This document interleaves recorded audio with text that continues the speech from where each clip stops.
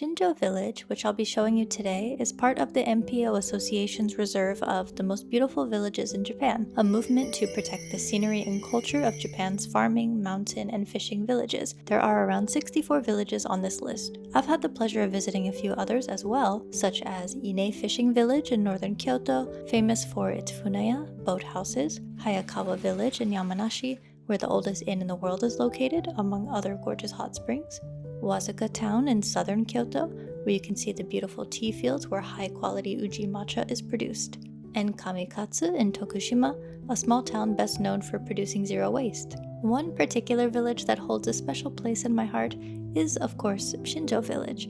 It's located in northern Okayama. Over the past year, I've managed to visit once every season, and it's been so incredible seeing it in so many different lights.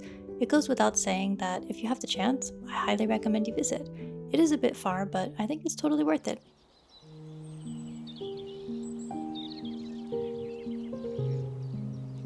Let's start off with spring, which is probably the busiest time of year in Shinjo-san. It's not on the level of Kyoto as far as busy goes, but it's lively nonetheless.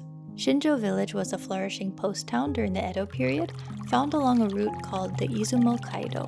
The current population in this village is only 786, with 371 registered households. Since it was established in 1872, it has not merged with any other towns, something that often happens as the population decreases. One of the most special parts of the village is the Gaisen Sakura Street, where you can walk along the 133 Some Yoshino cherry blossoms. The trees, which were planted in 1906, create a gorgeous sakura tunnel. They usually bloom around mid to late April, a bit later than places like Kyoto and Osaka, which makes sense because it's further north. On each side of the Gaisen Sakura Street, you'll find gently flowing waterways with koi fish swimming inside. Another fun fact about Shinjo-san is that it's also included in the Top 100 Soundscapes of Japan and Top 100 Fragrant Landscapes of Japan. Because we stayed overnight, we were able to film in the early hours before other visitors arrived. There's a Michinoeki, roadside station, a few minutes away on foot, and there are some parking lots around there, which fill up by lunchtime. There were some vendors selling sweets that were setting up as we ate breakfast. I could see they had stuff like hanami dango, sakura mochi, and sakura taiyaki. Along the river, there are also weeping cherry blossoms, which look incredible with all the mountains in the background.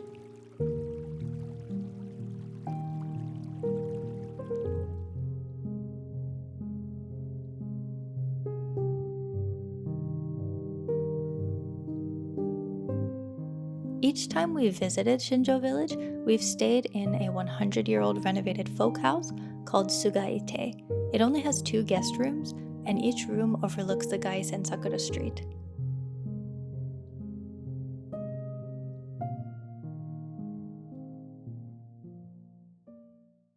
Dinner is served by a private local chef who, of course, utilizes seasonal and local ingredients.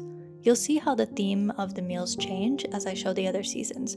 If you stay here, be prepared for an insanely delicious, several-course meal that will take almost 3 hours. They also can accommodate to dietary restrictions and needs if you let them know ahead of time.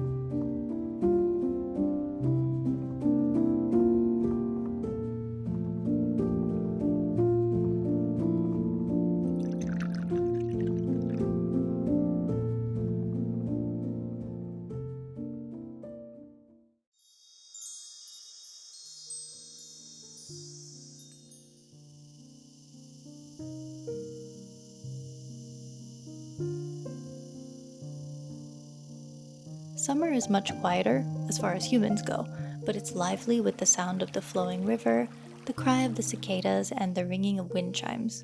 It's still quite humid up here, but it was refreshing to grab ramune from a local shop and drink it while dipping our feet in the river. About an 11-minute drive from the main street, there's a beautiful waterfall called Fudo Taki. It reminded me of Princess Mononoke. The folks at Sugaitei told us to look out for pit vipers, mamushi, and said if we happen to get bitten, the hospitals around there are prepared with antivenom. Luckily, we didn't spot any though. I did slip on the rocks and fall on my butt a couple times though.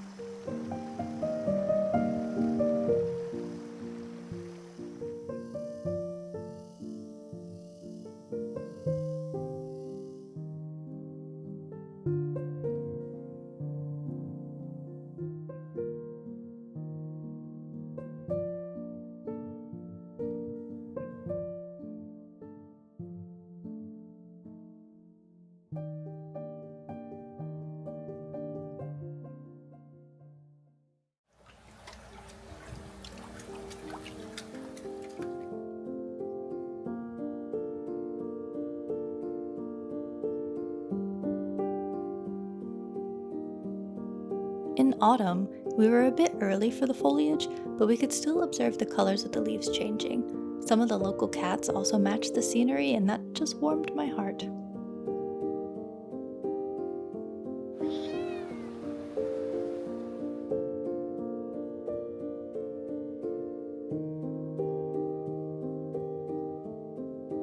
The food is always amazing at Sugaitei, but I think the autumn meal was my favorite.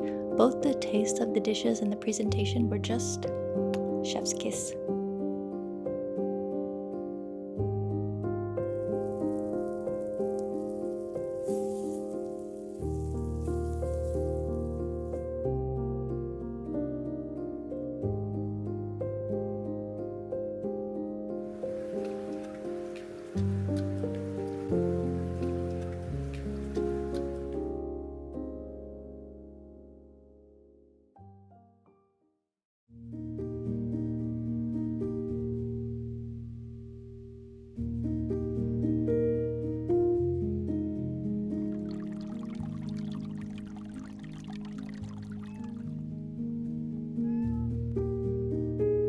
Winter, as you can imagine, is very still.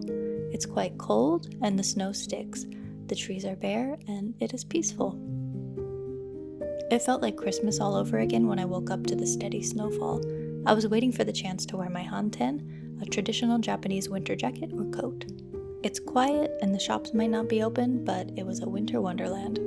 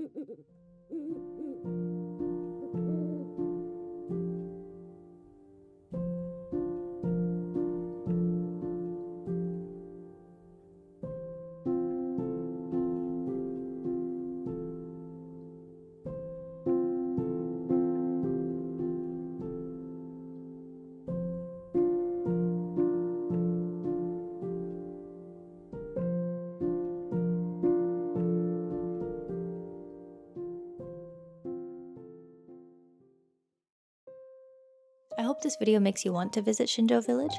Again, it's a bit far, about 3 hours from Osaka by car, but it's worth it. And if you can't make it to Shinjo Village, check out the website that has the other most beautiful villages in Japan, and hopefully you can make it to one or more of those.